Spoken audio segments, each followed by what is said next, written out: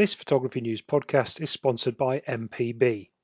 There's never been a better time to make good use of your kit, inspire others, make some extra cash, and make a difference. Sell your used kit today at mpb.com/sell and let someone else love it as much as you have.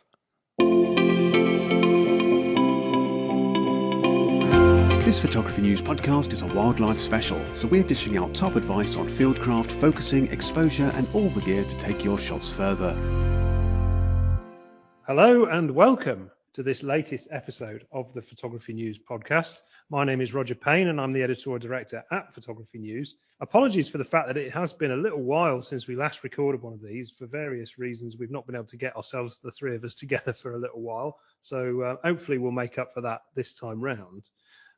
So in light of the fact that Easter is just around the corner, I thought I'd introduce my two colleagues and ask them to detail their Easter egg preferences. So without further ado, let me welcome, first of all, editor of Photography News, Mr. Will Chung. Hi, Will. Hi, Rog. Hi, Kingsley. Well, for me, Rog, that's a really simple question. Well, of course. Anything with chocolate, full stop. That's it. So but if you have a preference, a chocolate preference, are you a milk chocolate kind of man or a plain chocolate? I like plain and milk equally. I suppose the only one which is less good for me is white chocolate. But right. Milk and plain, I'm happy. You can have cream in it as well if you want. The only cream I can't have is coffee cream. But, okay. You know, I don't think it's a common content of Easter eggs, coffee cream. But no, I'm really quite easy on the Easter egg front. I'm pleased to say. Excellent. Well, it's lovely to have you along, and I'm not quite so sure that the same simplicity is going to apply to contributing editor Kingsley Singleton. Hi, Kingsley. Hi, Roger. Hi, Will. Are you saying I'm highly strung? No, I'm saying that you never seem to give me a straight answer to any of these questions. So I'm assuming that the Easter egg one is probably going to be, you're going to say something about pagan rituals and the fact that you don't celebrate it, or I don't know. Yeah, we could eat up quite a few minutes on the ridiculousness of all that, couldn't we? But not too cheap, not too expensive. I like the fun of one of those kind of Cadbury's ones where you also get a load of, twirls in it or whatever. I don't know who makes twirls. Right. Okay. I don't want something too fancy from like Green and Blacks or something that's going to be too posh. Okay. I want to wolf it down, but then also I don't want anything that is so cheap that it tastes like cardboard. Right. That's a shame because we were about to announce Green and Blacks as our new headline sponsors, but unfortunately you probably put the kibosh on that.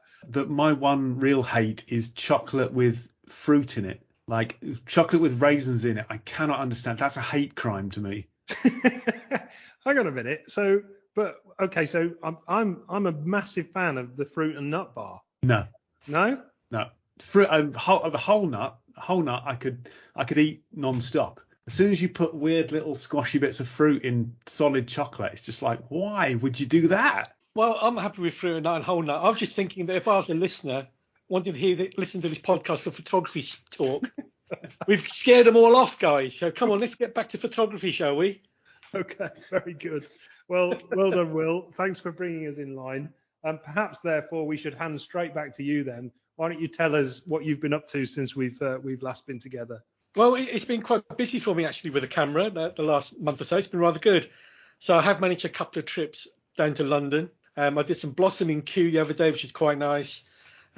Always had an event with a company called Rotalight, who have recently launched two new products, the Neo 3 and the EOS 2, and they had a press event where they basically supplied half a dozen models, a load of lights, and a lovely location near Solihull.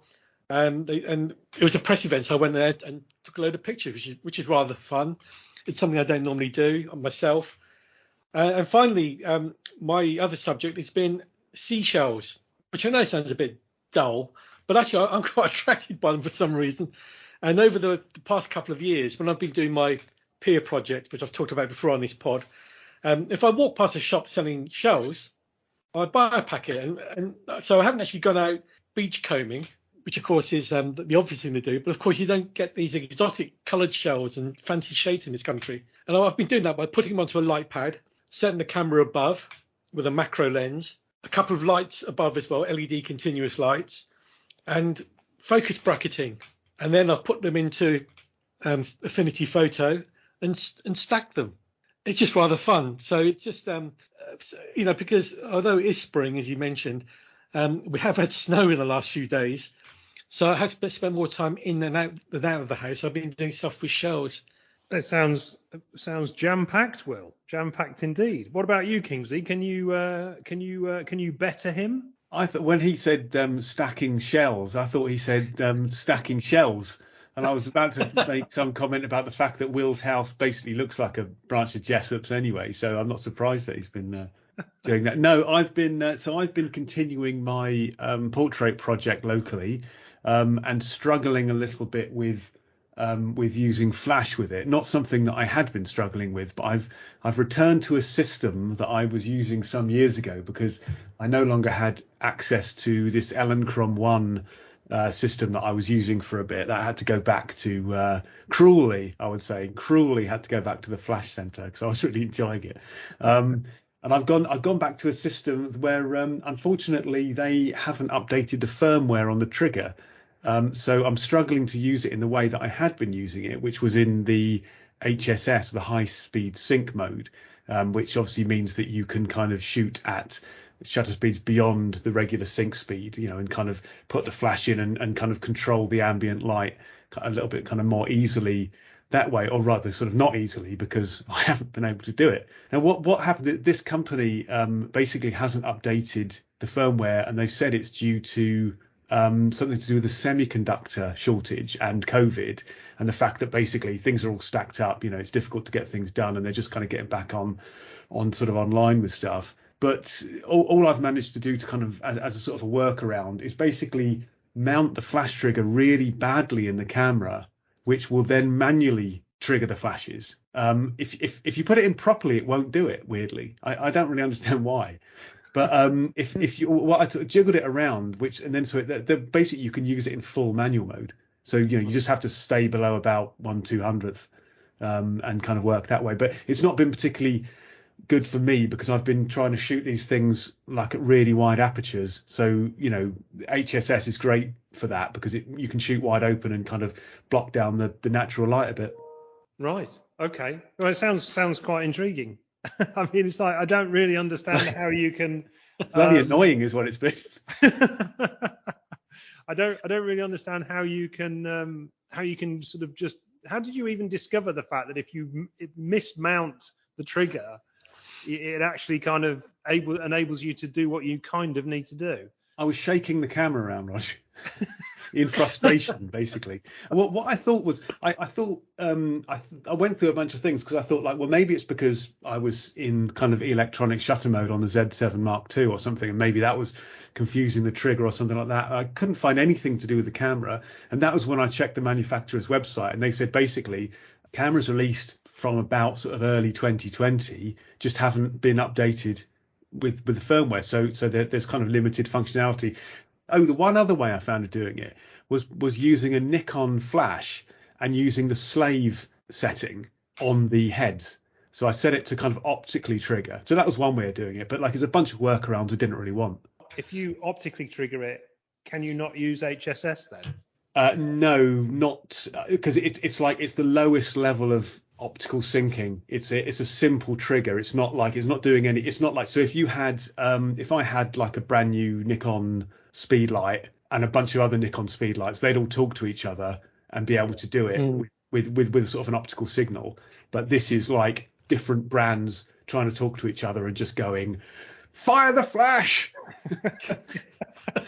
But they say, Kingsley, flash photography isn't confusing whatsoever. Well, I think all you've done over the last 2 minutes is confirm that it can be very confusing to some people. I mean, there are almost always workarounds. If you've got enough, like I suspect Will and I both have drawers full of weird little cables and adapters and whatever else, you can usually find something, or you stack the trigger on top of a different wireless trigger, or you use a wireless trigger that's not for the same brand as the flash, but you plug the receiver of that into the flash or something like that. There's loads of little things you can do. It's just like modern flash systems, like really good ones, just make everything so simple that you kind of forget about all this kind of nuts and bolts, Heath Robinson style things. Yeah, the thing is though, Kingsley, all the Heath Robinson stuff applies if you're using a flash gun manually. But once you get into the realms of HSS or TTL even, that's when Exactly. the problems arise. And I've got the Yeah. same problem with another speed light from a different brand, and I can't update the firmware. It's a real problem. I can't get TTL on it, but I can use it manually. So if I'm Mm. shooting, for instance, a butterfly or something, I just put it down to an 8 for power and I'll get some flash out of it. But Yeah. there's no HSS and no TTL. What it is I've become lazy. I've been standing on the shoulders of giants effectively. I've got used to these fantastic systems that seem to work like, black magic and kind of and now they've been cruelly taken away from me and I'm having to go back to the Stone Age. Well, you need to reach your hand in your pocket, Kingsley, and go out and buy a Pro Photo outfit by Yeah, the sound you're of it, absolutely or right. an Elinchrom outfit. I can't possibly move on from your portrait project, though, without mentioning the image that you shared, at least with me, and I think with Will, of your recent appearance in a local newspaper, where you'd been photographed as part of a group of people. And I think it's safe to say, obviously not having the image handy, but the discomfort and unease that you were displaying in that image was really quite palpable. Were you sort of disrespecting the approach that the photographer was taking, or maybe he was using HSS and you were kind of extremely disgruntled about that? Well, no, the reason for the pained and uncomfortable look on my face was that the photographer taking the picture was me. I'd set it up on a tripod on a kind of a timed release. Then I had to get back round, stand next to the three other people, all of whom were about a head and shoulders shorter than me, and then like sort of I don't know, crouch down, try remember kind of how you smile when a camera's pointing at you, because it's been so long, and then kind of sort of brace yourself for the flash. I thought, Kingsley, it might have been the fact that you were using your 300mm standard lens and the camera position was about miles away from the portrait subject, and you had to run to get back in time. Excellent. Oh, well done. Well done. Well, anyway, moving forward, Will, why don't you tell us a little bit about issue 98 of Photography News, which, as we speak, I believe is just being neatly tucked into bed and sent off to the printers. Any particular highlights in that issue? The big thing for me in the latest issue is actually a camera test. I've had the company of the Canon EOS R3 for the last few weeks, which has been rather pleasant, following on from the Nikon Z9 prior to that. So the main test is the EOS R3. So I hope the listeners will enjoy that. We've got a load of first tests in there as well, with lenses from Samyang and Tamron, and some LED lights from Kenro. And also in the issue is our second plug actually, for our big event in the summer, which is called Photo 24, which is happening this June 25th, starting at noon. And of course, we haven't had it for a couple of years with this pandemic thing that is still lingering, but we're planning it now. It's sponsored by MPB. We've booked a hotel. So that's ongoing, Rod. So that's interesting because we are asking for people to apply for places. We only can have a limited number of people, basically. And sorry, just to backtrack, for listeners who have never heard of Photo 24, it's basically an event we set up, 2013, I think was the first one. And it's a 24-hour photo shoot. And my original idea was just to have a shoot with a few friends. I haven't got many, so I thought the two of them I've got, I'll take out for a 24-hour shoot, have a few drinks in the city of London on the shortest night or the longest day of the year, so that you can have a bit of fun and have a few beers. That was kind of the original idea. But anyway, it's ballooned out from a very simple bit of fun to quite a large event. And we get it sponsored. We book a hotel as a venue where we have our headquarters. And the event is basically 24 hours of photo fun. So readers have to apply. We've got places for 200 readers. And so what we've done now at the moment is, if you go to the website, which is photographynews.co.uk, you can apply for a place. And what we've done with this, because we recognise not everybody sees the thing at the same time, so rather than give places away on a first come, first served basis, we've kept the application system open. I'm going to keep it until the 17th of May. Then at that point, we'll have a random ballot, so to be as fair as possible, and then get 200 readers and say, yeah, well done. You've got a place on Photo 24, which it's a free event. So if any listener can get to London on the 25th of June and fancy a a photo shoot with like-minded souls. I mean, I know you two are certainly helping me, aren't you? So it's a bit of fun. I mean, it's hard work for us. Certainly in the past, our photo 24ers have had a great time. And this year, what we've also done for people who can't get to London on June the 25th, because obviously it's a long way for a lot of people, we're going to have the option of joining elements of the Photo 24 event via Instagram. So using Instagram news, we'll be publishing themes for people to shoot for our Super 24 challenge. And you can be anywhere for that. And of course, what I mean by anywhere, I mean literally anywhere in the wide world if they see the news story. So those listeners who like the idea of getting involved in a bit of fun photography event, then, well, either apply on the website or get into Instagram, log on and follow our feed. And we'll have more details of all this as we go on. And of course, indeed, we're going to have a couple of podcast specials as well. Okay. Well, as Will said, the place to go if you want to register your interest in joining us on Photo 24, go to the website. The URL for that is photographynews.co.uk. And if you can also read all the latest issues on there for just the price of your email address alone. And if you also want to follow us on social media, Instagram, as Will has mentioned there, it is at PhotoNewsPN. We're also on Twitter and Facebook using that same handle.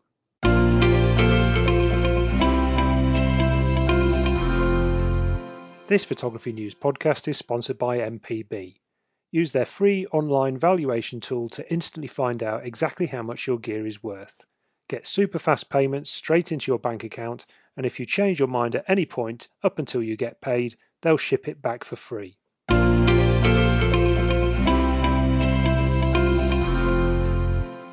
So we thought, given that the clocks have changed and the weather has picked up, that it would be a good opportunity to talk a little bit about the photo opportunities that are abound in the springtime.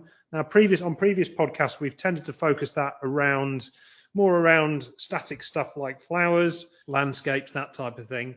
But hey, we thought we'd set you a little bit more of a challenge this time around and talk a little bit more about the opportunities, particularly with British wildlife. Now, obviously, we appreciate that there are listeners all around the world, so you'll have to forgive us for indulging a little bit into British wildlife, but I'm sure the techniques that we're going to discuss will apply to any other form of wildlife as well. But Kingsley, I'll come to you. As a fan of the 300mm and beyond, I would imagine that, as a starting point, as soon as the clocks changed, you were quite literally springing out of bed, waiting for the opportunity to stick the 300mm on and run out and start your wildlife photography, correct? Yeah, I'm so attuned to nature, Rog, that as the first bud opened, my ears pricked and I was awakened. And now, actually, digressing slightly, these jokes about this 300mm are going to have to stop because I've put in an order for a Nikon 100-400 lens, so I'm afraid that the 300mm prime might have to go in the opposite direction. Oh, right. Okay. I know. Okay, so I suppose the starting point then is from a British wildlife perspective. I mean, I guess we're talking, birds, sheep, cows, foxes, all that sort of thing. Is a 300mm or a 100-400mm lens enough to get started? And if it is enough, what are the kind of techniques that you would employ to get the best pictures, Kingsley? Well, I think that focal lengths like that are enough. I don't think you need to go for anything sort of super mega. I mean, again, sort of talking about lenses, it's only this week that Nikon's officially announced their new 800mm f6.3 lens. I mean, that costs over £6,000. It's amazing, but you don't really need something like that to kind of to have fun with wildlife. And one of the things that, even though I wouldn't describe it as a particular specialty of mine, one of the things that I've discovered over the years when pushing myself to do it is that mainly it's due to how you use these lenses and the kind of the fieldcraft that you employ and the places you go. That's what kind of brings a sort of a certain amount of success. And so what are those places then? Well, so, I mean, some years ago, you and I had a lovely day out at a country park called Barnwell, which is near Peterborough, actually. Perhaps they won't like to say that. It's near Oundle, isn't it?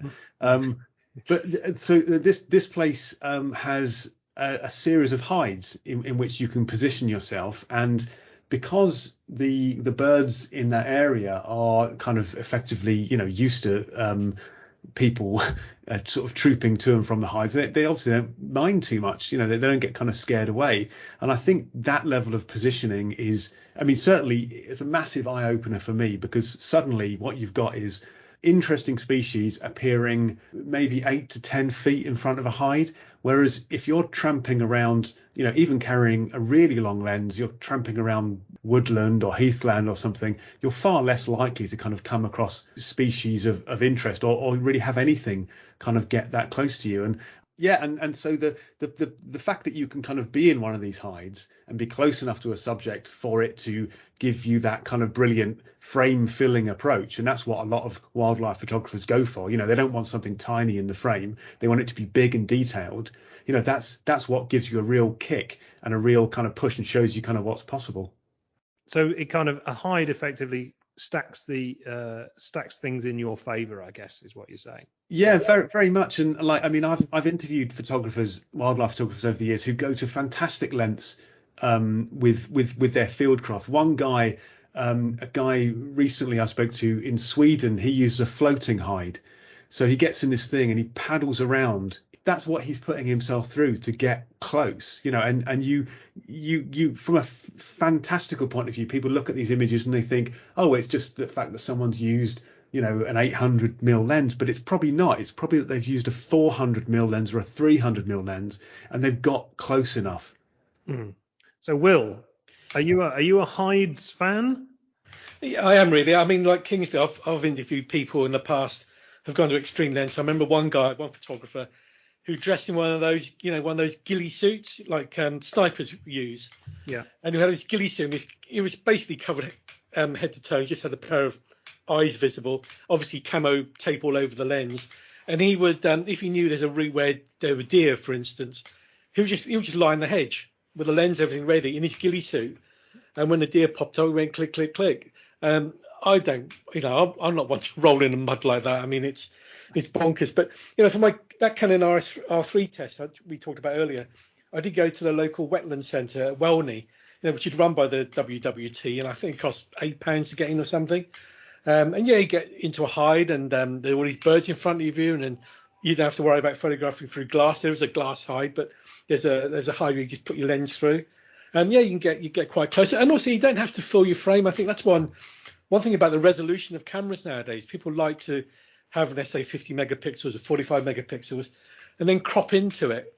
Mm. So rather than worry about filling the frame, because my basic training as a photographer is fill the frame. Use your feet, fill the frame. With nature, you can't do that. So you just rely on the fact you've got some lovely clean pixels and you crop into it, and you still get a decent sized image. So you can make, you get the effect of a very long lens, and that does help. And also, I found also you can't have too much lens. So as an example, with the Canon at this wetland centre, I had the 100 to 500mm zoom, and I had a flying bird. I thought, that's great. It's nicely in the frame, but it flew towards me, and I haven't got the coordination, because I'm not a nature photographer. I'm not an action photographer. I didn't have the coordination to zoom out as a bird was flying closer to me. So basically, I had this bird with its wingtips breaking the frame, which would have all sorts of people cringing and say you shouldn't do that sort of thing. But so you can't have too much lens. Kingsley's right, but it's interesting that people like Canon have gone a different way with their lenses. They've got the that 800mm f11, which is fixed aperture, cheap for a lens of that type. Is about 900 quid, I think it is, and they've got 600mm as well, and they're kind of portable. The manufacturers are really working hard, because there clearly is a big interest in nature photography at this time. I don't know if the pandemic has heightened that. And that Nikon lens Kingsley mentioned, that looks amazing. It looks very, very light. It's about 2.5 kilos for an 800mm lens. It's mad money to most of us, of course, but it's what we're thinking about. But certainly the hide is a good way to go. Local parks, again, are okay if you're patient. I've got lakes near me, but there's only one swan on it, so you have to wait, or take a load of bread, which is my normal trick, and get the birds with, tempt them over with some bit of bribery, which is a good way of working, I find. Indeed. And you mentioned there, Will, that that particular incident where you cut the bird's wings off, the tips of its wings were outside of the frame or cropped off. I mean, what do you feel are the kind of core skills that a wildlife photographer needs? I mean, aside obviously from bucket loads of patience, what are the kind of core skills from a technique perspective, perhaps first, that you think you need to have? I think key things are things like focusing, but of course the way cameras have developed now, and the focusing of for instance, the Z9, the Canon EOS R5, the focusing skills of those cameras is just incredible. A few years ago, you would need good hand-eye coordination because, even the best AF could not keep up with a flying bird. But it's remarkable what you can do nowadays. I recognise not everybody's got access to that sort of level of kit, and therefore focusing is clearly one which is something very, very important. But if you ultimately in the course of time, if you can upgrade to something like an EOS R6 or an EOS R5, that AF is incredible with eye detect, flying birds. I'm getting stuff on those sort of cameras I could not get with autofocus and manual focus. And in terms of the focusing, then, Will, would you be, if you're like, as you correctly point out, not everybody's got access to that latest tech. So would you be looking at manually focusing on a sort of predetermined point, or would you rely, even if you don't have the very latest version of an EOS or a Z camera or whatever, would you rely on continuous autofocus? Which do you think is the best way to go to improve the hit rate? Yeah, I mean, on an older camera I've been using a long lens on that, a Sigma 150-600, and I've been using AF, but with manual focus, with my hand on the manual focus barrel. So basically, I hit AF on, and the camera will try and focus, and then you just have to try and quickly tweak. I mean, it takes a great deal of practice. It's something you need to do in the living room or something before you go out and try it. Yeah. But that's possible. It does work, but you need to be quite, like I said, you do need hand-eye coordination and expect very high failure rates. I was going to come on to that, but what about kind of just general sort of starting points from an exposure perspective? I mean, even though as we're recording this, it's kind of quite nice and bright and sunny outside, but I'm guessing that you're probably still going to want to use a reasonably high ISO because you're going to want to freeze any movement and a reasonably fast shutter speed, right? Yeah, that's right. I mean, I was shooting on like ISO 1600, which I mean sounds ridiculously high, but with softwares like Pure Raw 2, you can get incredibly good raw files out of it. So I've been shooting around ISO 1600. The normal practice would be, you shoot shutter priority, so you can set the shutter level to a high level, so like 2000 a second. But strangely enough, I prefer to stick with aperture priority, and I just keep my eye on the shutter speed. So if it drops too low, then obviously I know I'm going to get blurred work. But I just tend to keep on aperture priority. But the conventional wisdom would be to use manual with a set shutter speed that is going to be good enough to stop the action, or use shutter priority. So in that respect, it's up to you. But that would be the best advice. If you've done this before, use shutter priority, set a high ISO, and just accept the fact you're going to get noise. Try continuous focusing, but have your hand on the manual focus barrel to override it. Auto white balance I keep. And of course, if you do shoot continuous shooting, just manage your buffer. Obviously, it depends on what the camera you have and what card you've got in it. Again, the latest cameras with, they've got CF Express B or CF Express A cards, which are incredibly quick. But if you've got a set of SD cards, which are more modest, you just have to manage the buffer. And that just means, don't shoot a continuous burst of 100 shots. Shoot a number of short bursts so that the buffer gets time to write the images to card. So it's sort of stuff like that, Rog. To keep it simple. You soon find out, you soon learn how to manage your buffer, because you'll get a cracking shot and you can't take it because your image is still writing to card. Yeah. Kingsley, I was going to jump back to you because obviously you, not talking about sort of wild wildlife specifically, but obviously you've well, I don't know whether to say you've got a name for yourself as a dog photographer. You're a dog photographer. Would you agree with Will's comments in terms of the exposure setting? Because you capture quite a lot of dogs sort of moving, don't you? Much like the stacking of shells. As Will was talking about managing the buffer, I thought he said managing the buffet, which is something he's very good on, particularly on press strips. I've noticed.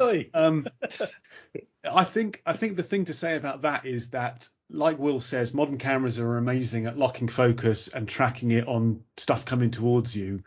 As you go kind of back through generations of technology, it becomes more difficult. Although, as we've mentioned before, things like Nikon's 3D tracking is available on older DSLRs like the D500. D500 is a great wildlife camera because it's got really good focusing. It's a APS-C size sensor, so you get that little bit of kind of focal length conversion, and you can get some great shots with that. But I think generally, it's easier to get it to record sort of lateral movement or something close to lateral movement than it is something flying or running directly towards you, because the AF doesn't have to work kind of quite so hard. But also, I think if people are struggling, so say you're trying to get an animal coming towards you with animal IAF or some form of IAF, and it's not working, sometimes just kind of changing the mode to a regular zone focus with continuous focusing can sort of take some of the thinking away from the camera. And, at that point, it's just kind of going like, okay, what's in focus, and trying to judge the distance a little bit.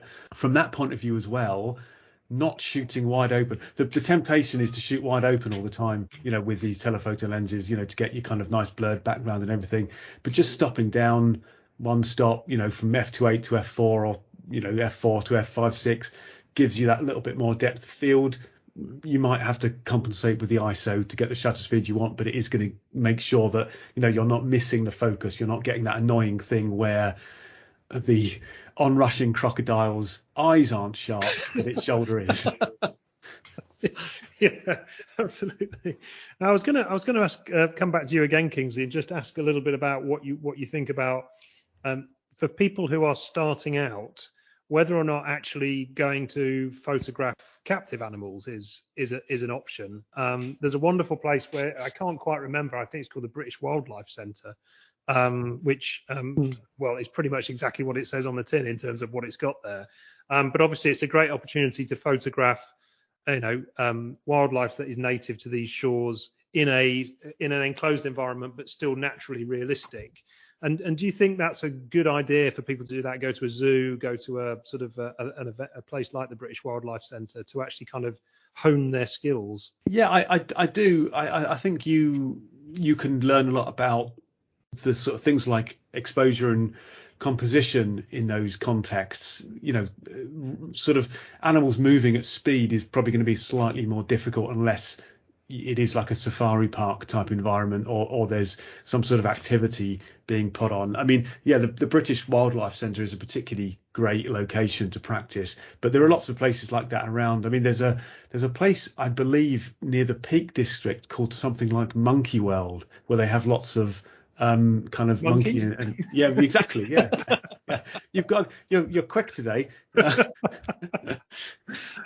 that's, and I think like in a way it's kind of like sometimes you can end up feel like being a little bit put off by the fact that you're shooting species in captivity, but like as long as you're not passing it off as something that it isn't, then there's nothing wrong with it at all, and you can get some really nice images. And particularly you can push the bounds of it a little bit and shoot stuff that's a little bit more documentary, and show their kind of habitats that have been created for them, or perhaps how they're kind of being managed within those places. And that's one of the other things I was going to bring up about the idea of, we already spoke about kind of filling the frame and getting those kind of ultra close-ups and stuff like that, but there's a lot of great work, in fact, in wildlife photography that is more environmental.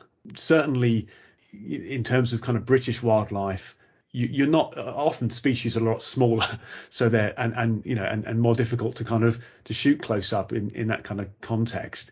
So people that go out and they kind of do kind of urban shots of foxes, I love that kind of thing, because it shows the behavior and the context in a way that it kind of isn't always even all that flattering, but it's very real. And you having spoken to people that do these kind of projects, they get so much out of them, and it doesn't have to be a nocturnal animal, which is obviously quite difficult. You can sort of plan a project around any kind of specific species, can't you? Even stuff that comes to your local park. Yeah, indeed. And I was going to just move on to that, Will, in terms of, because we've talked largely about visiting places or going out somewhere at the moment, and disappearing into a hide. But I'm assuming that actually there's also options for people to photograph wildlife in their own back garden. And I know that I've certainly had a little bit of success on that in the past, where with a little bit of preparation in terms of setting up like a bird feeding station, but somewhere, for example, for the bird to land before it jumps onto the feeding station, can actually render some pretty good results as well. Is that something you've tried, Will? Yeah, absolutely. I have done that, and the point you make about gardens is well made. I'm sitting here at my partner's house in London, in southwest London. I'm 10 minutes from Heathrow, and a few months ago now, I opened the curtains in the morning, and there was a fox just sitting on the lawn, and I managed not to frighten it. I managed to get my camera and get a few shots of it. So that was just pure. I didn't plan for that. That's pure happenstance. But in terms of what you said about bird feeders and perches, yeah, absolutely. Because I know people like to shoot the bird while they're feeding, but you get the more natural effect if you have it on a perch. So you can just have a stout branch, stick it in a pot, obviously so it's nice and solid, and place that next to the perch so that the bird hops onto the feeder, eats its nuts, and they'll hop back to the perch to digest it or whatever it does, or they will take turns depending on the species of bird. And of course, if you place that perch against a nice photo-friendly background, happy days. And you set it all up with your camera on the perch and just sit there and wait. Just need a bit of patience, but it's not too difficult. Just takes a bit of effort. Excellent. Well, look, before we move on, I think I'd just like to ask one final question of the pair of you. And let me come to you first, Kingsley. Can you tell me your favourite wildlife image that you yourself have taken, and perhaps if there is a story behind it? Actually, I had a picture of a heron that I took in Wales in Snowdonia once, and I had gone out. I was on a walk effectively to a location where I was going to set up to do a sunset shoot, and I happened to have with me a 70-300 zoom, so not like a posh lens or anything, but it gave me like a really good shot. Whacked it on and got a really good shot of this heron. And one of the things that I liked about it was that I had to shoot sort of through leaves. It was in the summer, so I just got a nice framing around this heron, and it was a bit out of the ordinary for me because, like I say, I don't often go out specifically to shoot wildlife, but it did kind of compel me to do it more often because I think it showed me what was possible with not carrying around lenses that weigh 2 or 3 kilos. Yeah, one for you to share on the Photography News social feeds, Kingsley.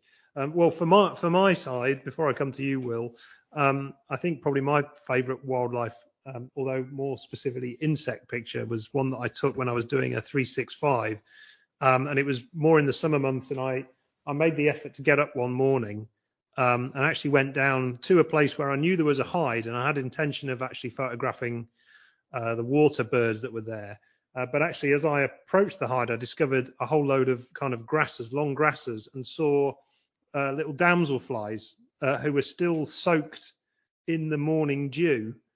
So they weren't able to fly away. And I found one in particular on a stalk that was kind of perfectly photogenic. I had a macro lens with me, which was very handy. And for a while, it kind of shuffled round. So I was trying to get it side on. But for a while, it kind of shuffled round, almost like to keep an eye on me. But then eventually, I think I won it over. I managed to get a side-on frame of it, which I'm absolutely, to this day, absolutely delighted with. Definitely one of my highlights of my 365. But what about you, Will? I'm sure you've got plenty. Well, I'm not sure about plenty. I've got a couple, and one particular sticks in my mind. Going back quite a way, first trip with the Canon EOS digital camera, which was the 10D, when I went to Antarctica. And on one particular occasion, I was in the Zodiac boat with some guests from the ship, because that's what they do. You we sail down their long journey, etc., etc., and they anchor up and they just disgorge their guests onto these Zodiac boats, and they just go around the area looking for things to photograph, which is fine. And one particular scene, the lady spotted a penguin on a huge iceberg a little way into the distance. She obviously saw it with binoculars, and she started going across it. And as she was heading towards the penguin, she was radioing her colleagues, because these Zodiacs only take 10 people or so. And so there are a lot of these boats in this bay, in this lagoon. And she was radioing her colleagues saying, there's a penguin on this iceberg. And I thought, of all these boats bearing down on the penguin, that the thing would just jump into the water and swim off, you know. Why wouldn't you, with all this noise when you're used to the tranquility of Antarctica? And perhaps stupidly, because bearing in mind how cold the water is, I stood up in this boat with the EOS 10D, 100 to 400 mm zoom on it, and got, I think, 2 shots before this penguin did jump off the iceberg and disappear. So that's my most memorable shot, because I think I was the only person to get it. And I love it, and I still got a print of it somewhere. I should resurrect it and try and sell it. Wonderful. And there, dear listeners, is an example of the difference in life that myself and Kingsley and Will lead. There's me and Kingsley picking some humble UK-based. I took mine 5 minutes down the road from where I live, and Will's heading off to Antarctica. This was a long time ago, then, Roger. Like you said, 2003. Well, thanks for that, chaps. There was some really good stuff there. Hopefully you found that useful. If you're going to go out and start photographing some wildlife, we encourage you to do so. And obviously, we'd love to see any images that you create as a result of that. The details again at Photo News PN if you wanted to share with us on social media, or you can also get in touch with us by emailing podcast@photographynews.co.uk.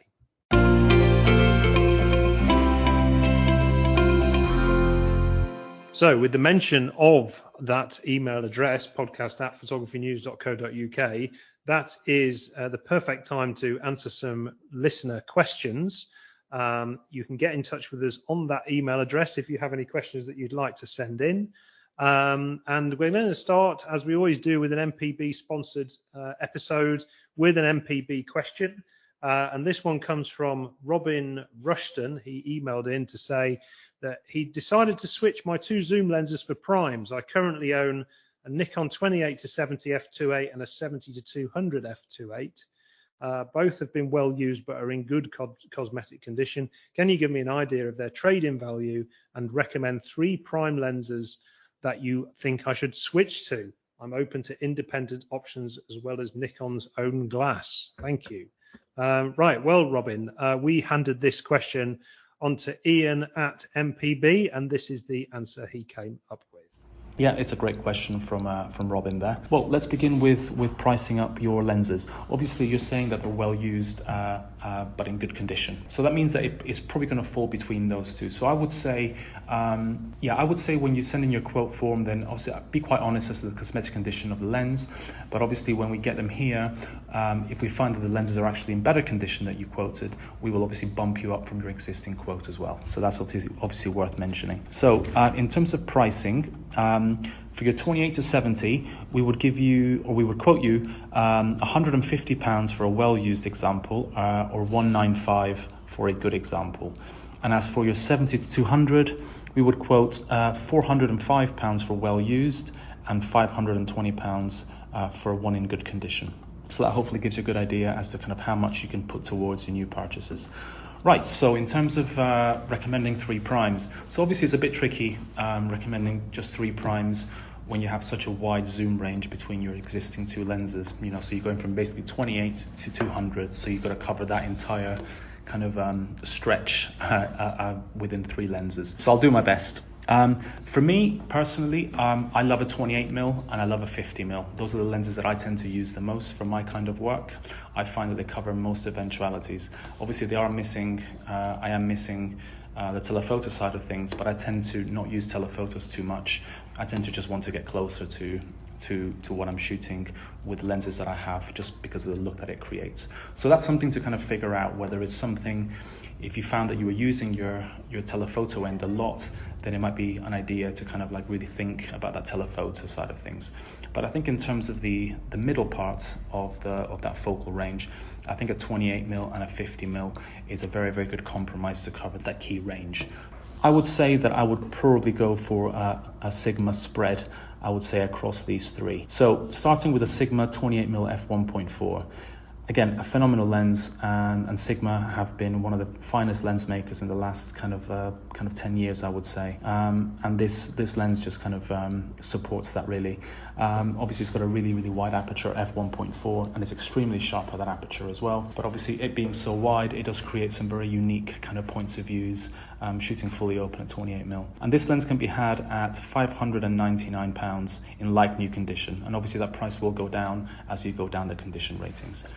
The next one would be the Sigma 50mm f1.4, and this lens is actually one of the lenses that Sigma ended up building its reputation as one of the best lens makers out there. It's an incredibly sharp lens, really beautiful renditions as well, and again very, very fast.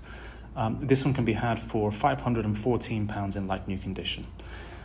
And finally, the Sigma 85mm f1.4. This lens is a little bit more expensive than the other ones, kind of pound for pound, I would say. One in like new condition would cost about £819. So I think it's worth considering kind of what you're going to be using your 85 for. If you're not interested, for example, in a fast aperture, then obviously you can save yourself quite a bit of money and go for something like the Nikon f2.8 105 macro, which is an incredibly sharp lens that gives you that extra length that you might need, but obviously it wouldn't cost as much as that. So I think I'm struggling to recommend a good 85 because it entirely depends on what you're going to be doing with it. Some people use an 85mm just for extra length, whereas some people use an 85mm specifically to shoot portraits, for example, where sharpness and incredible sharpness is not as important as maybe like a fast aperture, for example. So I would say take a look at the 85mm Sigma, which won't disappoint you, but it is a bit pricier, and take a look at examples in the Nikon range for the 85mm lenses like the f1.4D or even the 1.8D as well, which will save you a little bit more money and be a bit lighter as well. Back to us, chaps, and we've got two, given that we've been talking a lot about wildlife, we've got two wildlife-related questions here. So, Kingsley, I'm going to come to you first. This is an email from Sam Heathcliff, and the question is a relatively simple one. I've been photographing birds at a local reserve using my Fujifilm X-T3 and 100 to 400mm lens, but I find that images are often slightly blurred. I have the optical image stabilization switched on, so that's not the problem. What else could it be? Thoughts? Well, I guess broadly, there could be generally sort of three things that affect image sharpness. One of which is camera movement, camera shake. And if the optical image stabilization on the lens is switched on, or Sam isn't falling off a log, we can assume that is not the problem. Although the stated amount of benefit of optical or in-body image stabilization is, manufacturers say it's 5 stops, it's 4 stops. The 100 to 400 Fujifilm, I think, states 5 stops. But this is all relative to how you hold the lens, how you photograph. So if you have really bad hand holding technique, and I'm not suggesting Sam does, then you're not going to get the same benefit as someone with really good hand holding technique, or someone using some sort of stabilization like a monopod or something. So, but if we discount camera shake, then you're basically left with focusing and subject movement.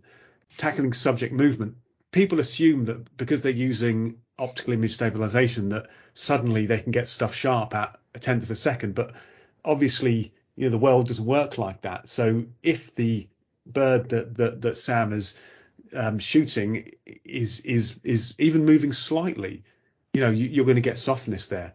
So you still have to be very, very aware of your shutter speed in situations like that, even with static subjects, because birds have movement. The movement doesn't just come from flying, or pecking or other. I've now run out of my bird behaviours. Other bird movements are available. Yeah, exactly. Stamping for worms, that sort of thing. Fine.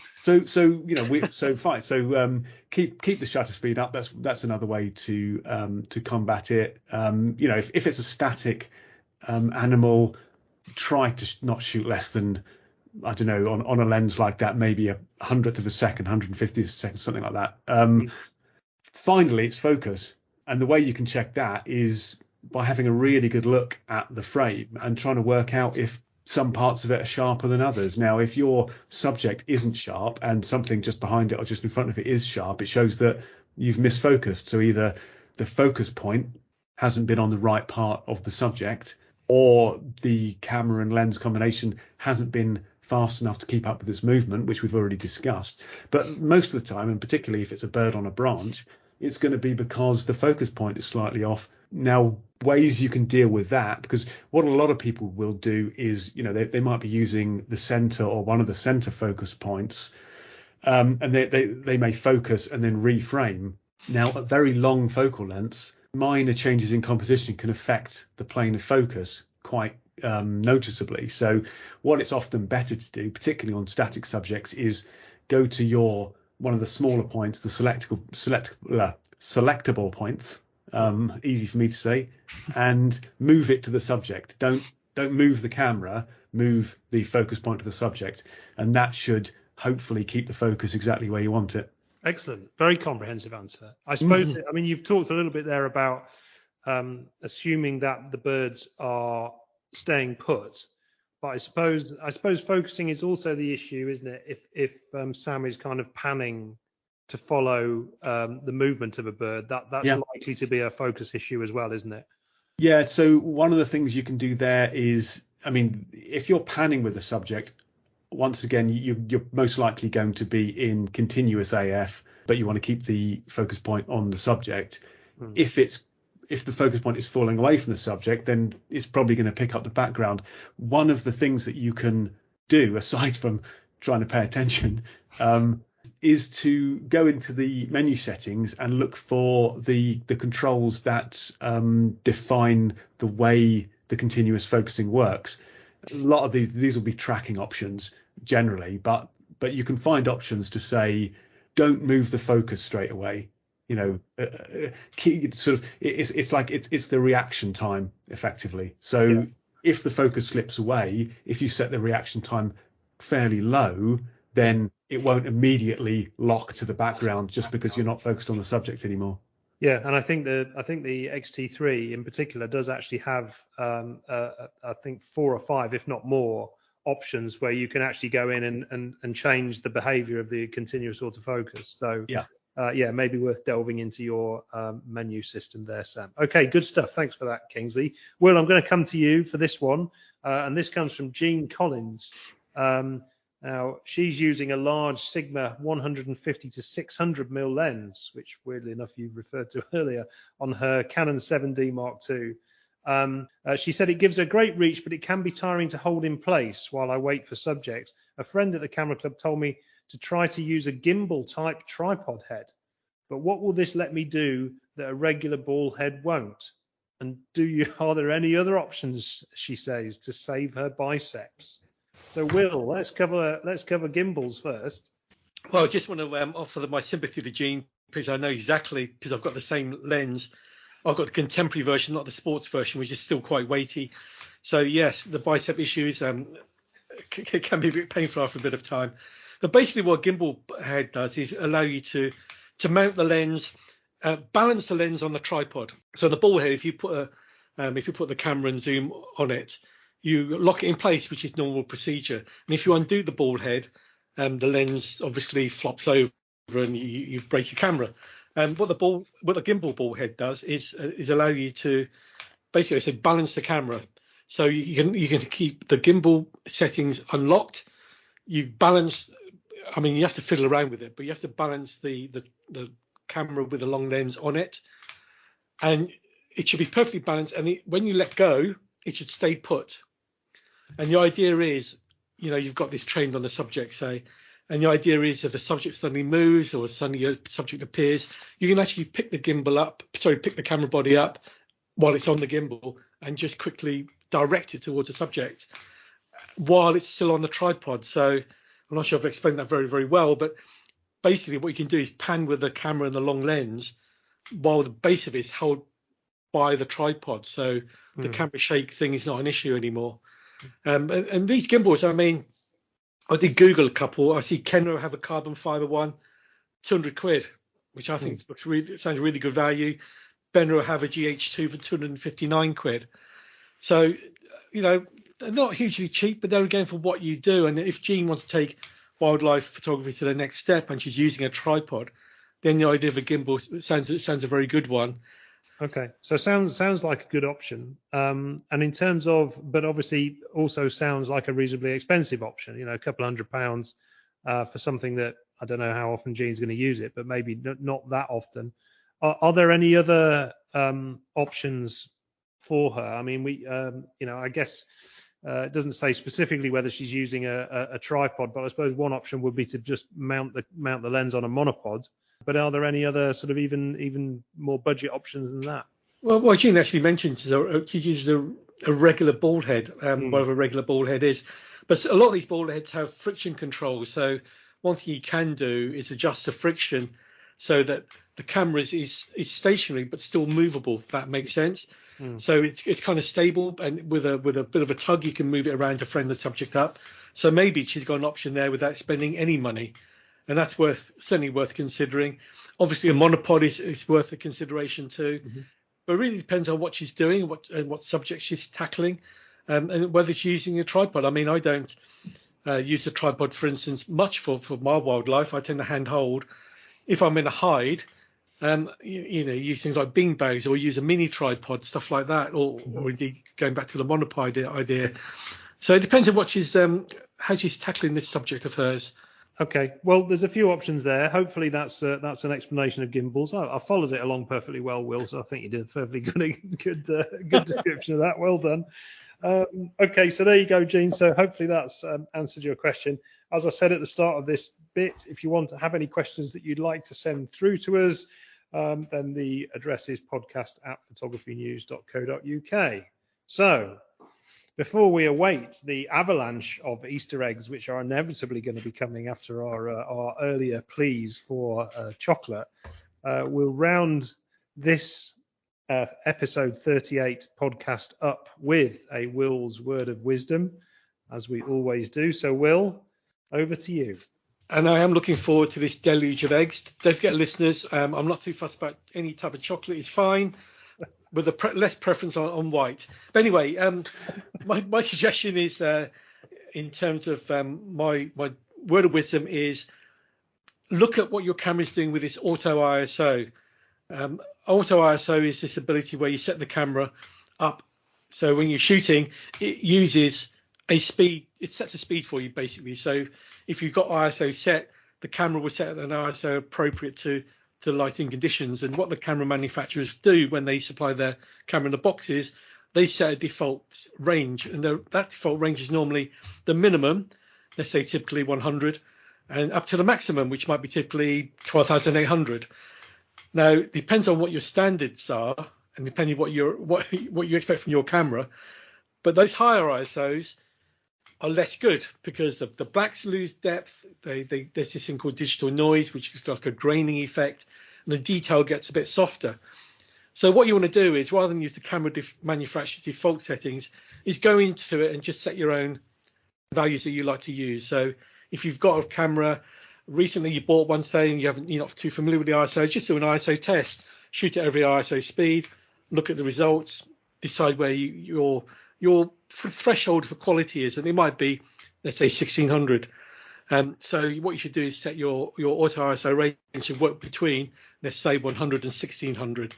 So it doesn't go into the higher echelons of the top speeds where the quality drops off. And you can also factor in, some of these cameras also have the ability to set the minimum shutter speed. So the auto ISO would kick in at a particular shutter speed that you set. So basically the word of wisdom is, don't just use the camera's default settings, go into it and set something up. And, you may be able to have a number of ranges depending on what you're shooting. So this is all, this episode's been all about nature. You may set your limit to be, let's say, 400 to 3200. But if you maybe do street photography as well, you then have auto ISO setting 2 for street, which might be, your limit might be 1000 to 1600. So don't just take what the camera brands have set up for you. Go and have a fiddle yourself and set up to something you're happy with. Absolutely. And I have to admit that an auto ISO non-believer from a few years ago, I'm very much fully on board with it. It's a bit of a revelation, isn't it? So, I mean, Kingsley, are you an auto ISOer? I think we might have had this discussion before, but or do you stick? Are you just like a one ISO kind of man? I am. No, I am. I do. I think things have changed, and the point that I've probably made before is that really the only time to switch away from auto ISO now is if you want a specific setting.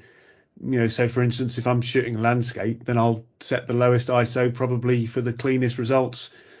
Anything else, just general photography, action, street, why wouldn't you use it? Well, indeed.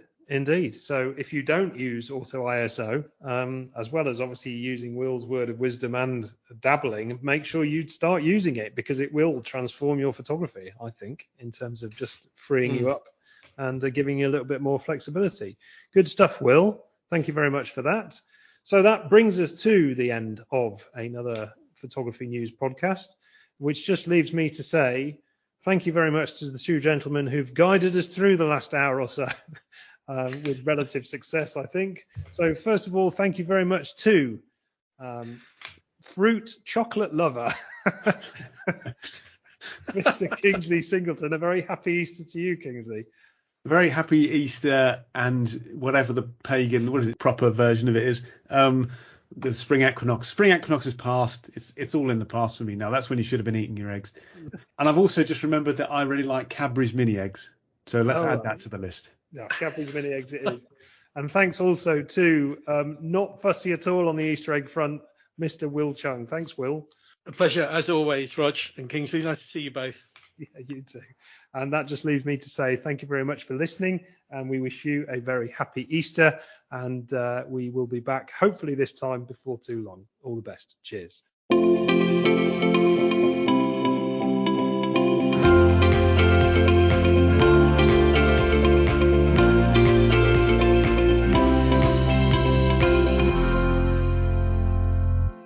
This Photography News podcast is sponsored by MPB. Enjoy contact-free doorstep pickups which are safe, convenient, fully insured and completely free of charge. Plus, with 250,000 customers and 5 stars on Trustpilot, you can trust them and sleep easy.